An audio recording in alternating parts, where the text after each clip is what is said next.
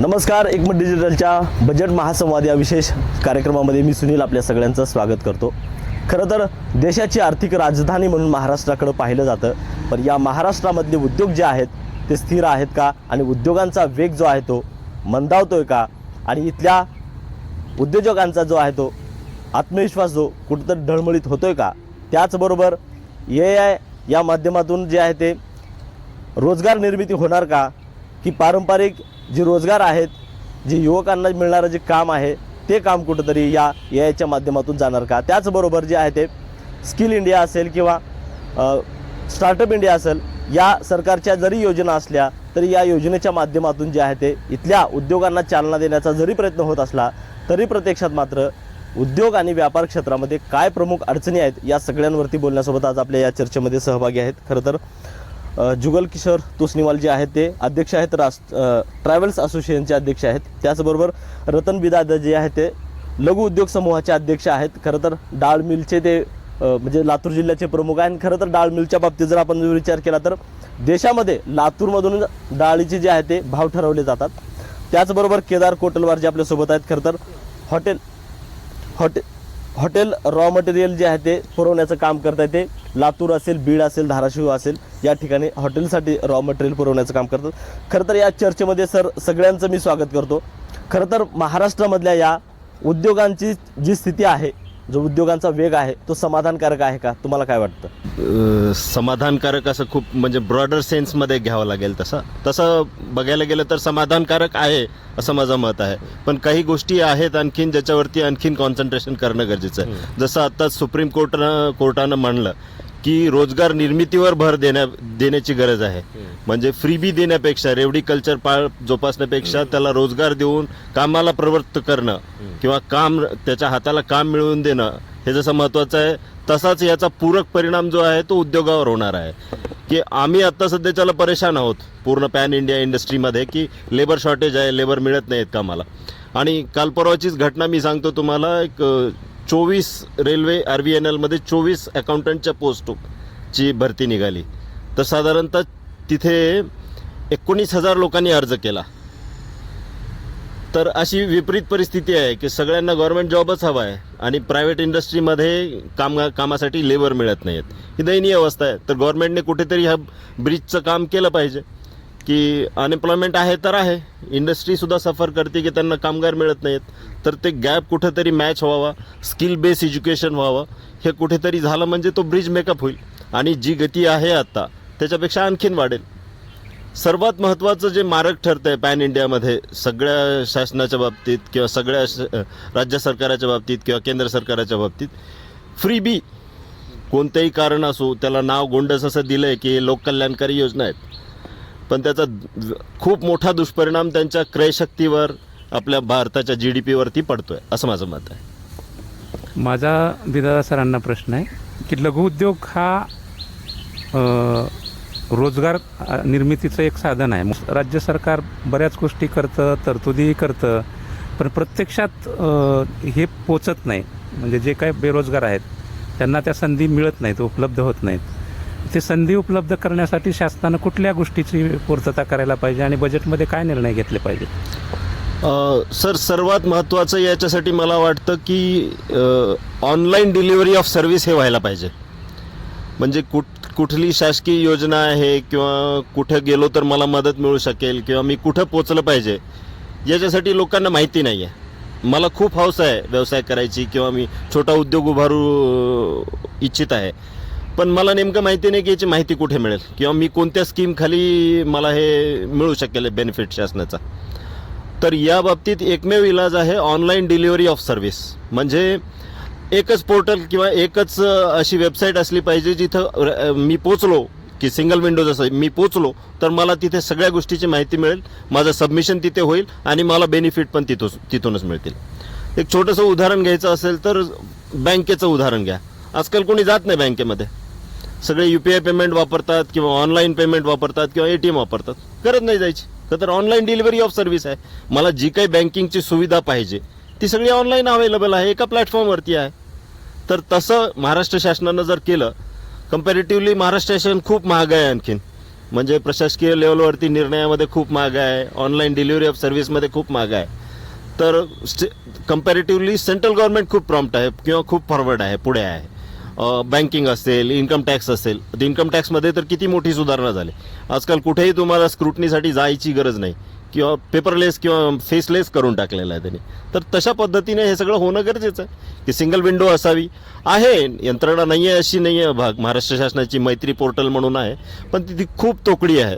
वेगवेगळ्या स्कीम वेगवेगळ्या डिपार्टमेंट मार्फत चालतात, काही कृषी विभागामार्फत चालतात, काही DIC मार्फत चालतात, काही MIDC मार्फत चालतात, काही स्टेट गव्हर्नमेंट स्वतः रन करतं, काही आर्थिक विकास महामंडळामार्फत रन होतात. तर ते कुठेतरी सिंक्रोनायझेशन झालं पाहिजे आणि एका प्लॅटफॉर्मवरती ते अवेलेबल असलं पाहिजे, असं माझं मत आहे. माझा प्रश्न तोष्णीवाल सरांसाठी आहे. सर, RTOकडून क्षुल्लक कारणासाठी जो दंड दंड लावला जातो तो व्यवसायाच्या नफ्यापेक्षा जास्त असतो का, आणि दंडाच्या रकमेत सुसूत्रता आणण्याची गरज आहे का? कसं आहे माहिती आहे का, सगळ्यात आधी कधी RTOच्या कामामध्ये हे पारदर्शकता पाहिजे. आज जवळपास शासनाने भरपूर कधी RTOचे कामं हे फेसलेस केले आहेत, पण ते फेसलेस कामामध्ये काही ना काही कुठं ना कुठं त्रुटी निघतात व RTO ऑफिसला गेल्यावर मध्यस्थीशिवाय कुठलंही काम होत नाही. हे आपल्यापैकी भरपूर जणांना अनुभव असेलच. व महाराष्ट्र शासनाने अगोदर 15 कोटी रुपये त्यांचं कने हे होतं रिन्यू वसुलीचं टार्गेट. त्याच्यानंतर आता 17 कोटी केलं, आता 20 कोटी केलेले आहेत. कुठेतरी फक्त टार्गेट पूर्ण करण्यासाठी पूर्णही कागदपत्र ओके असताना विनाकारण टार्गेट पूर्ण करण्यासाठी जे दंड लावले जाते, हे जे मानसिकता आहे त्यामध्ये तो आमची खाजगी प्रवासी बस असेल, मालवाहतूक करणाऱ्या ट्रक्स असतील, ह्याच्यावरती जे विनाकारण नफ्यापेक्षा जास्त जो दंड आकारला जातोय, त्यामुळे वाहतूक क्षेत्रामध्ये सध्या तर व्यवसाय करणे फार अवघड झालेलं आहे. सर्व कागदपत्रे ऑनलाईन असताना देखील वारंवार कागदपत्राच्या नावाखाली बस थांबवून प्रवाशांना होणारा जो त्रास आहे तो कसा टाळता येईल आणि काय तरतूद अर्थसंकल्पामध्ये व्हायला हवी?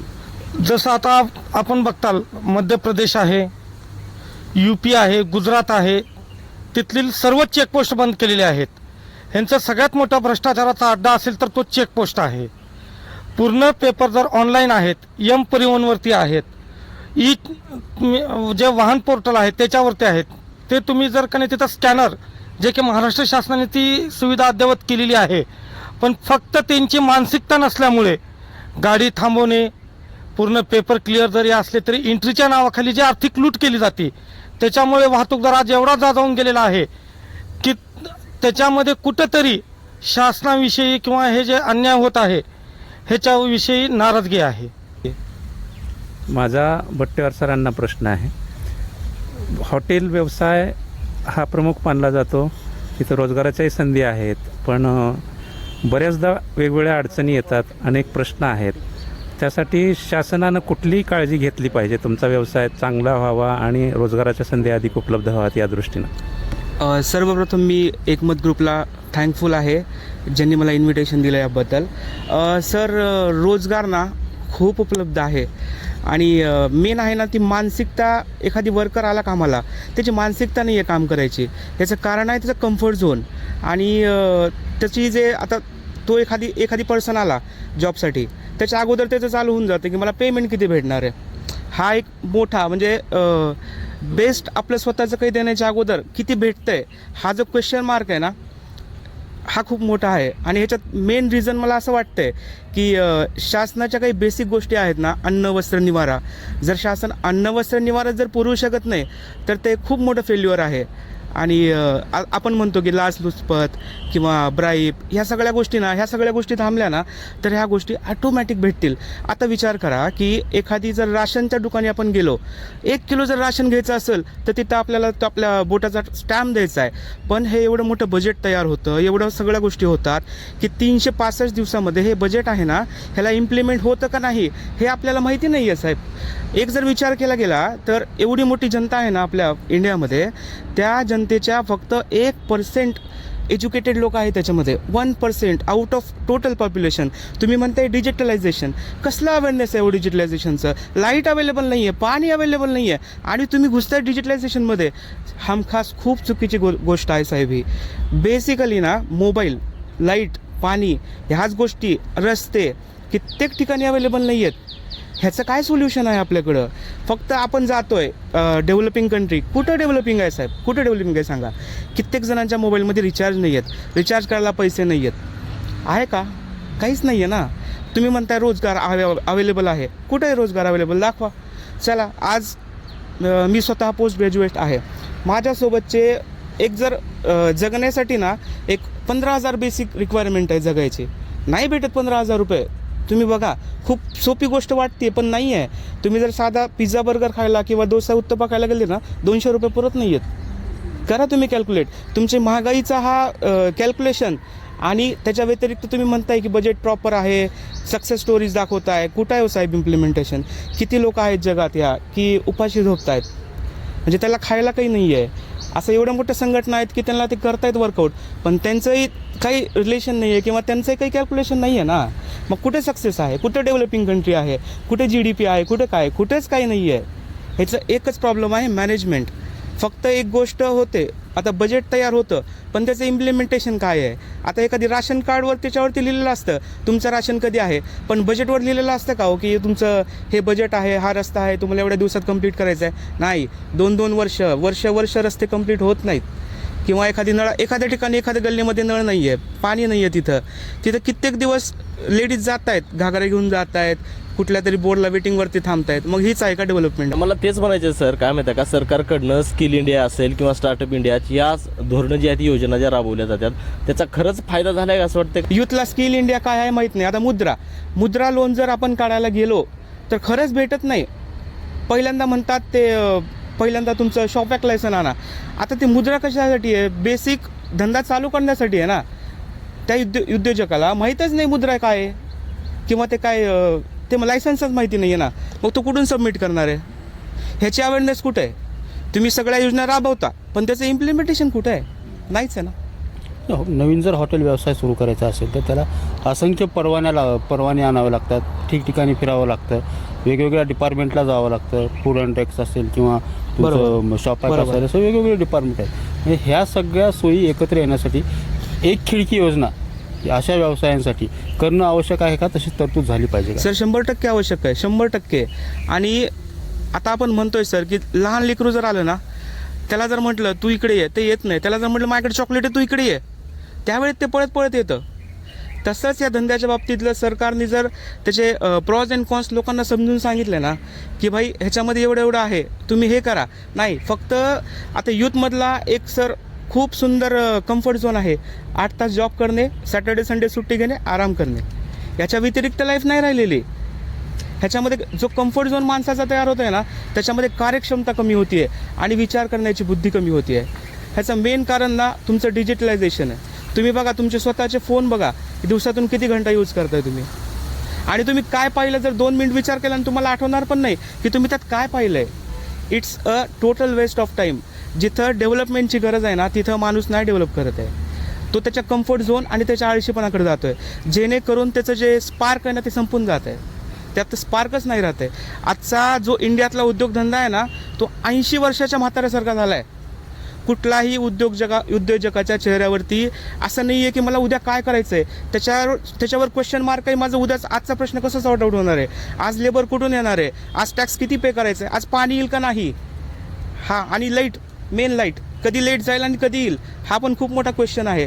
साहेब, जर तुम्ही एक विचार करा, एखादी जर लाईट बंद झाली ना तुमच्या एखाद्या युनिटमधली, ती चालू करायला त्याला 4 तास जातात उद्योजकाला.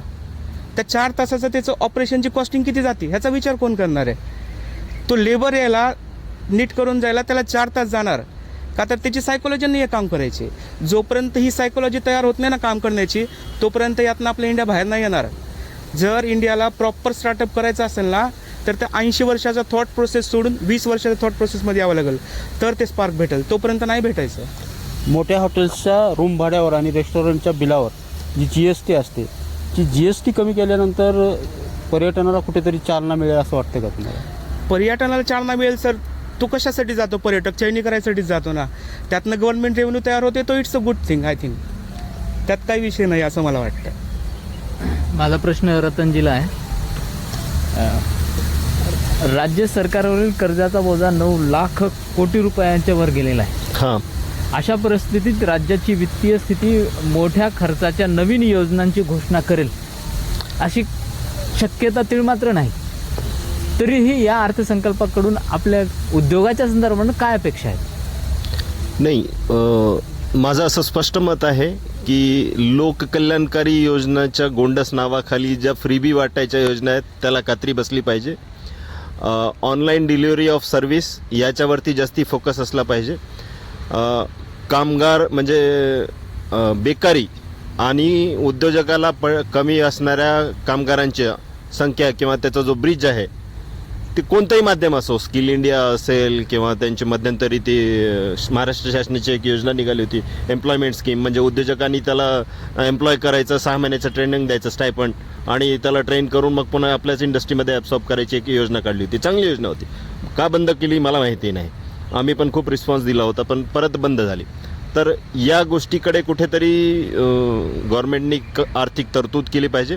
दुसरी एक गोष्ट मला वाटते त्याच्यासोबत रोजगारासोबत शिक्षणावरती खूप आमूलाग्र बदल केला पाहिजे, जेणेकरून म्हणजे माझा प्रॅक्टिकल अनुभव सांगतो, BCom केलेल्या माणसाला पे इन स्लिप भरता येत नाही. म्हणजे त्याला जर सांगितलं की हा चेक नेऊन बँकेत लाव तर तो भरू शकत नाही आणि तो क्वालिफाईड आहे, ग्रॅज्युएट झालेला आहे. तर हे कुठेतरी बदललं पाहिजे की जसा उद्योजकाला त्याचा प्रपंच चालवण्यासाठी, त्याला अर्थार्जन करण्यासाठी जे स्किल लागेल ते त्याला दिलं पाहिजे, ते त्याला शिकवलं गेलं पाहिजे. त्याच्यासाठी आर्थिक तरतूद केली पाहिजे, ना की ट्रॅडिशनल जे आत्तापर्यंत आपण शिकवतोय तसं. आणि तिसरी गोष्ट आहे त्याच्या हेल्थची काळजी किंवा त्याचं वैद्यकीय त्याची जी चिंता आहे किंवा त्याला जे उपचार मिळणार आहेत कधी आजारी पडल्यानंतर त्याची एक शाश्वती असावी. या 3 गोष्टीवर जर मेजर तरतूद केली तर मला वाटेल की परिस्थिती बदलेल. तरुणाईला स्किल डेव्हलप करण्यासाठी किंवा जे काही कामं दिलेले आहेत, जे करायचे आहेत, शिक्षण आहे ठीक आहे, पण जे काही स्वतःची कामं करायचे आहेत किंवा जिथं नोकरी करायची तिथं कामं करायचे आहेत त्या बाबतीत त्यांना ते नॉलेज नाही. तर अशावेळी सरकारनं कुठल्या गोष्टीची काळजी घेतली पाहिजे आणि बेसिक गोष्टी ज्या की तरुणांना रोजगाराच्या संधी मिळतील अशा पद्धतीसाठी नेमकं काय करावं लागेल बजेटमध्ये? सर, याची खूप वर्षापासून चिंता आहे, चर्चा आहे की हँड इन हँड गेलं पाहिजे. उद्योगानं शिक्षण विभागासोबत गळाभेट करून मुलांना ते इंडस्ट्रीमध्ये लागणारं शिक्षण मिळावं याच्यासाठी इंडस्ट्रीने पण प्रयत्न केला पाहिजे, शासनानं पण प्रयत्न केला पाहिजे आणि एज्युकेशन इन्स्टिट्यूटनी पण प्रयत्न केला पाहिजे. खूप कासवगतीनं म्हणेल मी, कासवगतीनं आता बदल होत आहेत. ITIमध्ये आता लातूरला इंडस्ट्री आहे, त्याचे 6 ट्रेड चालू झालेले आहेत. किंवा आता आम्हाला बोलवलं जातं वेगवेगळ्या प्लॅटफॉर्मवर उद्योजकांना की तुम्ही या, तुम्हाला कसे कामगार पाहिजे तुम्ही सांगा, किंवा आम्हाला रिक्रुटमेंटसाठी बोलवलं जातं. आता म्हणजे खूप कासवगतीनं आत्ता बदल होत आहेत. याचे परिणाम कदाचित 5-10 वर्ष लागतील दिसून यायला. आणि मला असं वाटतं की याच्यासाठी आर्थिक प्रोव्हिजन किंवा आर्थिक काय म्हणतात त्याला नियोजन याच्यासाठी केलं गेलं पाहिजे बजेटमध्ये. जसं की 39,000-40,000 कोटी रुपये लाडक्या बहीणसाठी आणि शिक्षणासाठी 2300 कोटी. तर हे कुठेतरी समीकरण बदललं पाहिजे असं माझं मत आहे, जेणेकरून सगळ्यात महत्त्वाचं तो जर कामाकडे वळला, कोणी मनुष्य असो, स्त्री असो, पुरुष असो, तो जर कामाकडे वळला तो प्रगतीकडे वळेल आणि अल्टिमेटली देशाची प्रगती होईल. तो जर कामाकडे नाही वळला, आपल्या प्रपंचाकडे नाही वळला तर माधोगती निश्चित आहे. मग ते कशाही पद्धतीने असो, व्यसनाधीनता असो, बेकारी असो, वाढती आर्थिक गुन्हेगारी असो किंवा काही असो, तो माणसाचा जो कल आहे किंवा त्याची जी बैठक आहे, मानसिक बैठक, ती कामाकडे, आपल्या प्रपंचाकडे, रोजगाराकडे वळली पाहिजे. याच्यासाठी ज्या काही क्षेत्रामध्ये तरतूद लागेल तिथं ती करणे गरजेचं आहे. तर माझ्या मते शिक्षण आहे, वैद्यकीय उपचार आहे आणि रोजगार आहे. या 3साठी आर्थिक तरतूद मोठ्या प्रमाणात करणं गरजेचं आहे असं माझं मत आहे. तोष्णीवाल सरांना प्रश्न आहे. ट्रॅव्हल क्षेत्रात अलीकडे खूप रोजगार मिळत आहेत, उपलब्ध होत आहेत. पूर्वीच्या काळी अशा प्रवासाच्या सुविधा फारशा नव्हत्या, पण आता खाजगी क्षेत्रात भरपूर सुविधा मिळत आहेत, त्यामुळं पर्यटनाला पण चालना मिळते. हे असं असताना बरेच अडचणींना सामोरं जावं लागतं. तर इथं अजून रोजगाराच्या संधी मिळण्यासाठी आणि उद्योगवाढीला चालना मिळण्यासाठी सरकारनं नेमकं काय केलं पाहिजे? सर्वात आधी सरकारने ST महामंडळ आणि खाजगी बस ह्या दोन्ही जे वाहन आहेत हे सेवेचंच काम करतात. ह्यामध्ये जो दुजरभाव आहे, ST महामंडळाला डिझेलवरती सबसिडी, सर्वात आधी शासनाने ही भावना ठेवून खाजगी बसेस व मालवाहतूक करणाऱ्या वाहनांना सवलती देण्यात याव्या. व त्याच्यामध्ये जर तुम्ही पाहायला गेलात तर आज MP असेल, नागालँड असेल, ER असेल, ह्या ठिकाणी वार्षिक एका खाजगी बसला टॅक्स फक्त 80,000 रुपये आहे. तोच टॅक्स आपल्या इथं 2,50,000 रुपये वर्षाला. हे जे तफावत आहे, महाराष्ट्रातील भरपूर वाहनधारकाची अशी मानसिकता झालेली आहे. इथं जो होणारा कार्यालयात गेल्यानंतर परमिटसाठी आहे, बाकी गोष्टीसाठी जो आहे त्रास, तो त्रास कुठंतरी कमी झाला पाहिजे. आज भरपूर वाहनधारकांची अशी मनाची इच्छा झालेली आहे की महाराष्ट्रामध्ये गाडी पासिंग न करता चला आपण कुठेतरी AR मध्ये करूत, NL मध्ये करूत. त्याच्यातनं जो महाराष्ट्र शासनाला जो कोणी टॅक्सच्या माध्यमातून जो पैसा भेटणार आहे तो कुठंतरी बुडला जात आहे. आज जर तुम्ही पाहिलात अख्ख्या महाराष्ट्रामध्ये जवळपास 40% बसेस किंवा इतर वाहनं, छोटे टेम्पो ट्रॅव्हलर असतील, बसेस असतील मोठ्या, ह्या AR NL पासिंग करून ऑल इंडिया परमिट काढला जातोय. कशामुळे? तर फक्त इथं होत असलेला त्रास आणि जे काही भरमसाठ टॅक्स मारी आहे आमच्यावरती, त्याच्यामुळं.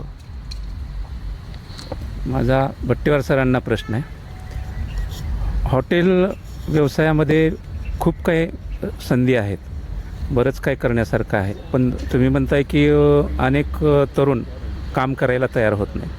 तर नेमकं काय सुधारणा करणं अपेक्षित आहे? आणि शासन एक व्यवसाय म्हणून तुमच्याकडे बघताय, पण तुमच्या व्यवसायाला वेग येण्यासाठी शासनानं कुठल्या तरतुदी केल्या पाहिजेत आणि तुमचा व्यवसाय अधिक सुलभ आणि सोपा व्हावा यासाठी काय करणं आवश्यक आहे? सर, सर्वप्रथम ना शासनाचा जो सपोर्ट आहे ना, आईवडिलाच्या सपोर्टसारखाच पाहिजे.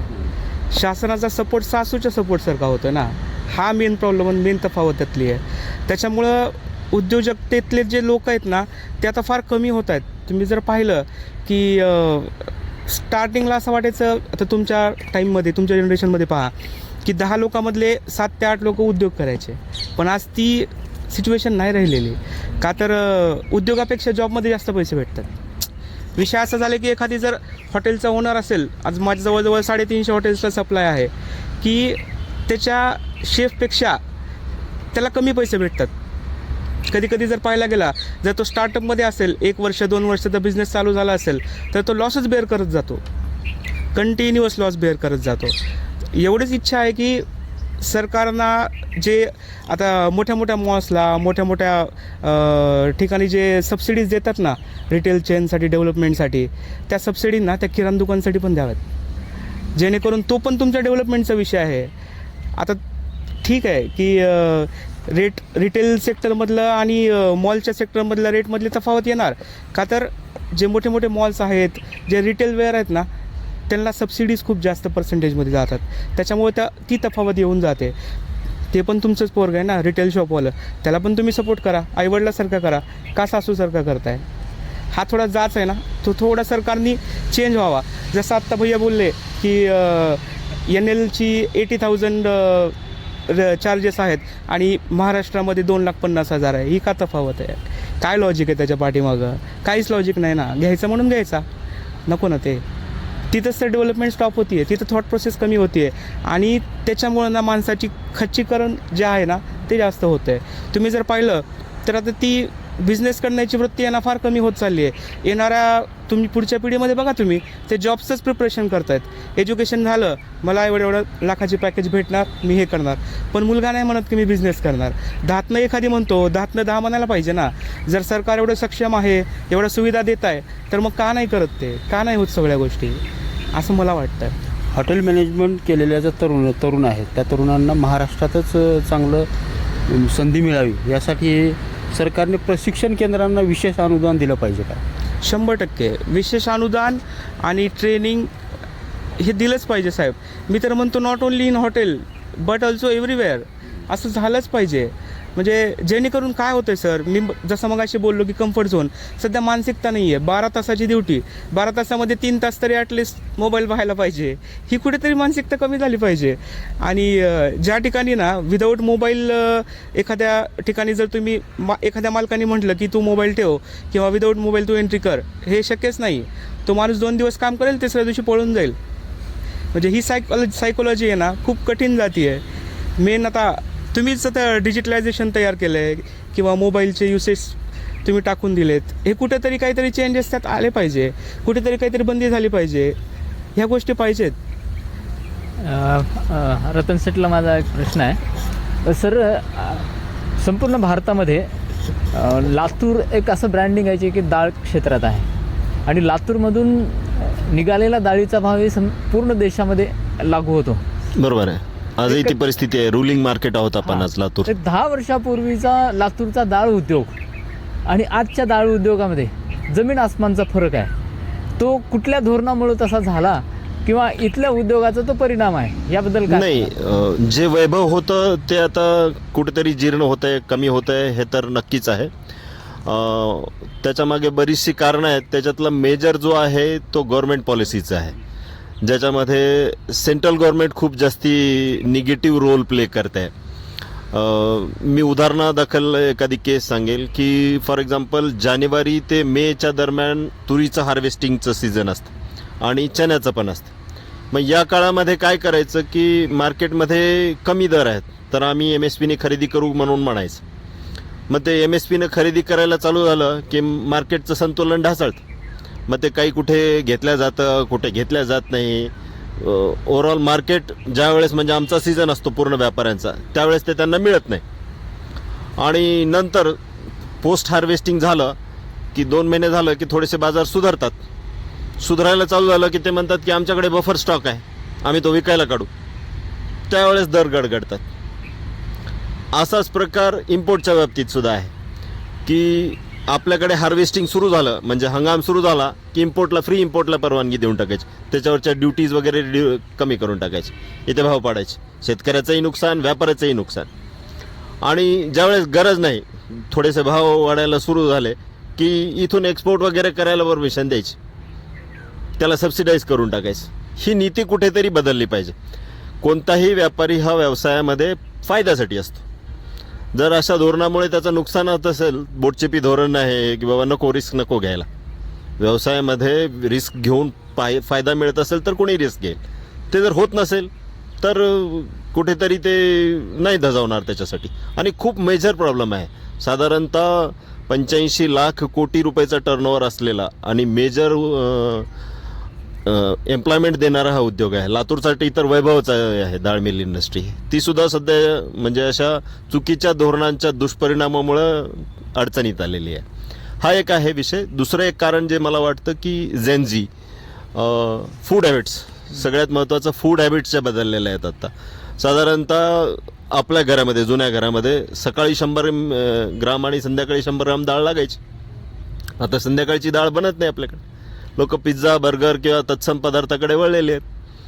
तर त्याच्यामुळे सुद्धा कन्झम्पशन पॅटर्न बदललेला आहे. हा एक दुसरा परिणाम आहे ज्याच्यामुळं या उद्योजकाला त्रास होतो आहे. आणि तिसरं, मगाशी पण म्हणालो की ऑनलाईन डिलिव्हरी ऑफ सर्व्हिस. म्हणजे मला व्यवसाय करताना हे माहिती नाही की पूर्ण भारतामध्ये तूर किती पिकली आहे किंवा किती त्याची लागण झालेली आहे किंवा किती त्याची विक्री होणार आहे किंवा कोणत्या कंट्रीमध्ये त्याची गरज आहे, एक्सपोर्टसाठी काही स्कोप आहे का, तर कुठल्याही प्लॅटफॉर्मवरती अवेलेबल नाही. कम्प्लिटली अनऑर्गनाइज्ड आहे. हे नेमका डेटा ॲसेटेन करण्यासाठी नाहीच आहे किंवा कोणी तसा प्रयत्नही केला नाही. आता होतोय, नाही म्हणजे सगळंच काही निगेटिव्ह आहे वातावरण अशातलाही भाग नाही. आता होतोय बदल, पण ते आणखीन त्याला वेळ लागेल, 5-10 वर्ष लागतील. म्हणजे आता पीक पेरा मांडला जातो, एवढं लागवड झालेली आहे, एवढं यील्ड येऊ शकतं, हे आता होत आहे. पण इतके दिवस तर असं चाचपडतच चाललेलं होतं. मला केदार सरांना एक प्रश्न विचारायचा आहे. सर, तुम्ही MBA झालात. Yes sir. आणि व्यवसाय करता म्हणजे थोडंसं आजच्या दृष्टीने ते कुठंतरी काहीतरी चुकलं का, काय बरोबर आहे असं काहीतरी तरुणांना वाटतं. आता उच्च विद्याभूषित झाल्यानंतर तुम्हाला एक चांगल्या कंपनीत चांगली नोकरी मिळू शकली असते, परंतु तुम्ही लातूर, बीड आणि धाराशिव असे 3 जिल्हे कव्हर करून तुमचा व्यवसाय चालवत आहे. येस. आणि हे खरंच एका तरुणांसमोर एक आदर्श आहे. तर तुम्ही आजच्या तरुणांना म्हणजे व्यवसायासंदर्भात काय मार्गदर्शन कराल किंवा काय सल्ला द्याल? सर, व्यवसाय करत असताना ना ते म्हणतात ना की तोंडामध्ये साखर आणि डोक्यावरती बर्फ. तर मला काय म्हणायचं की तोंडावरती साखर तर जिभेवरती साखर तर पाहिजेच पाहिजे आणि डोक्यावरती बर्फाची लादी पाहिजे. की फार डोकं शांत राहिलं पाहिजे तरच बिझनेसला सक्सेस भेटतं. नाहीतर ते आजकालच्या दुनियेत ना तेच महत्त्वाचं आहे. डोक्यावरती बर्फाची लादी आणि जिभेवरती साखरेचा कारखाना. तरच काम होऊ शकतं सर. आणि ह्या जर 2 गोष्टी पाळल्या ना तर कुठलाही व्यवसाय फॉल नाही जाणार, हा सक्सेसच होणार, हे 100% खरं आहे. आणि मी म्हणजे MBAच्या नंतर एक 5 वर्ष जॉब केला आहे मार्केटिंगमध्ये. आणि ते सगळं पाहिलं, जे सगळं पाहिलं होतं ना तेच मला माझ्या बिझनेसमध्ये इम्प्लिमेंट करायचं होतं. ते मी तिथलं थोडक्यात माझी ट्रेनिंग केली मी, आणि आज माझा बिझनेस खूप चांगल्या पद्धतीने मी रन करतो सर. महामार्गावर खाजगी बसेससाठी स्वतंत्र पार्किंग झोन किंवा विश्रांतीगृह बांधण्यासाठी सरकारनं प्रयत्न करावेत का? सर, तुम्ही महामार्गाची गोष्ट करता. आमच्या परमिटमध्ये उल्लेख आहे, महानगरपालिका आणि ट्रान्सपोर्ट कमिशनर आणि येथील वाहतूक विभाग यांनी आम्हाला शहरामध्ये खाजगी बसेसला जो आमचा टॅक्स घेतला जातो त्याच्यामध्ये पार्किंगची तरतूद आहे. ह्यांनी आम्हाला गेली 20 वर्ष झालं, लातूरातच नाही तर अख्ख्या महाराष्ट्रामध्ये शासनाने कुठेही पार्किंगची सुविधा दिलेली नाही आहे. उलट त्यांचा असा आम्हाला फोर्स होता, कित्येक नोटीस आलेले आहेत, आम्हाला कित्येक पत्र आलेले आहेत, हे तुम्हाला पण माहिती आहे, तुम्ही पण कव्हरेज केलेले आहेत, की तुम्ही कुठेतरी प्रायव्हेट एखादी जागा भाड्याने घ्या आणि तिथं तुमच्या गाड्या पार्किंग करा. तर मग शासन जो टॅक्स घेतो तर त्याने आम्हाला त्याच्या सोयीसुविधा आपण उपलब्ध करून द्यायला पाहिजेत ना. महामंडळचं इन्फ्रास्ट्रक्चर आहे ते प्रायव्हेटवाल्यांना द्यावं. मध्यंतरी लातूरमध्ये याची खूप चर्चा झाली होती की प्रायव्हेट बसेस सुद्धा सेवा देतात, तर तुम्ही काहीतरी नॉमिनल त्याच्यासाठी चार्जेस घ्या. त्या सुद्धा बसेस जसं ST महामंडळ आपलं डेपो वापरतं, स्टँड वापरतं, तसं द्या. काय जे असतील ते त्यांच्याकडनं सर्व्हिस चार्जेस घ्या, पार्किंग चार्जेस घ्या, पण त्यांना सुविधा उपलब्ध करून द्या ना. माझं असं मत आहे. याच्यासाठी प्रोव्हिजन आहे, धोरण आखलं गरजेचं आहे. मध्यंतरी खूप चर्चाही झाली होती, सजेशन्स वगैरे घेतले होते, तर मला वाटतं की सुधारणा होऊ शकते. नक्कीच. आता मी बिदादा सरांकडे येतो. खरं तर आपण या कार्यक्रमाच्या शेवटी आहोत. खरं पाहिलं तर लघु उद्योगामध्ये म्हणजे सर आपण आहात, खरं पाहिलं तर लघु उद्योगामधली पहिली प्रमुख कुठली एक समस्या आहे आणि या अर्थसंकल्पामध्ये काय करणं अपेक्षित आहे, एका वाक्यामध्ये सर? सुसूत्रता सगळ्यात महत्त्वाची आहे. सुरुवातीला जसं म्हणाले वटेवारजी की माहितीच नाही की मला फूड अँड ड्रगचं लायसन्स कुठे मिळेल, शॉप ॲक्टचं लायसन्स कुठे मिळेल, किंवा मला कोणत्या परवानग्या घेणं गरजेचं आहे, कोणत्या नाही गरजेचं आहे, मला सबसिडीचा लाभ किती आहे, किंवा माझी बेसिक क्वालिफिकेशन किती असलं पाहिजे, किंवा माझा बेसिक क्रायटेरिया काय आहे, हेच जर मला माहिती नाही तर मी त्या मार्गाला लागणारच नाही. तर हे कुठंतरी स्ट्रीमलाईन झालं पाहिजे. मागाशी सुरुवातीला सुद्धा सांगितलं की वेगवेगळी आर्थिक महामंडळं, कृषी विभाग, उद्योग विभाग, अशा वेगवेगळ्या मार्फत ते सगळ्यात चालू आहे. तर ते कुठेतरी सिंक्रोनायझेशन होणं गरजेचं आहे, जेणेकरून मला माहिती पडेल की हे माझ्यासाठी लागू आहे आणि याचा मला बेनिफिट मिळू शकतो. मी त्याकडे वळेन डेफिनेटली.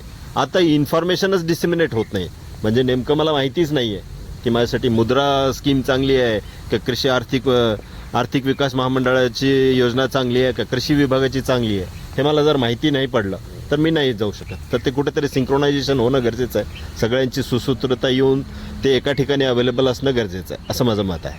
मी तोष्णेवाल सरांकडे येतो. खरं सर, आता उद्या अर्थसंकल्प जे आहे ते सादर होणार आहे.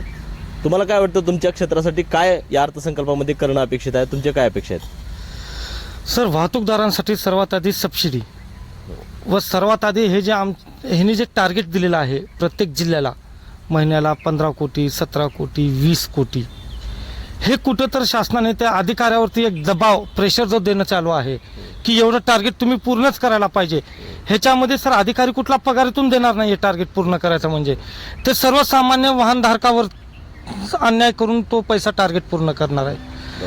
आणि जर वाहनाची चाकं चालली तर देशाची आर्थिक प्रगती चालेल, देशाच्या आर्थिक चाकं चालतील. जे भावना जे कुठंतरी वाहतूकदाराच्या मनात होत आहे की ह्यांचे टार्गेट पूर्ण करण्यासाठी जो आम्हाला फक्त टार्गेट केला जातो, हे कुठंतरी बंद होणं गरजेचं आहे. बाकी आम्हाला यांच्याकडनं काही अपेक्षा नाही. नक्कीच. कारण हे आम्हाला आणखीन पार्किंगची साधी आमच्या हक्काची जागा देऊ शकत टार्गेट नाही. होऊ नये याच्यासाठी तुमचं अपेक्षा आहेत.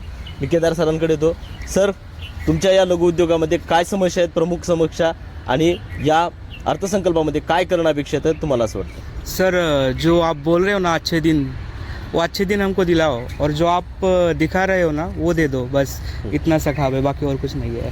खरं तर या चर्चामध्ये आपण सगळ्यांनी वेळातला वेळ काढून आमच्याशी बातचीत केला, त्याबद्दल आपल्या सगळ्यांचं मी धन्यवाद व्यक्त करतो. खरं तर 6 मार्चला राज्याचं अर्थसंकल्पीय बजेट जे आहे ते सादर होणार आहे, आणि उद्योग व्यापाऱ्यांसाठी या अर्थसंकल्पामध्ये काय घोषणा होणार आहेत आणि किती कोटीचं बजेट जे आहे ते दिलं जाणार आहे हे सुद्धा पाहणं महत्त्वाचं आहे.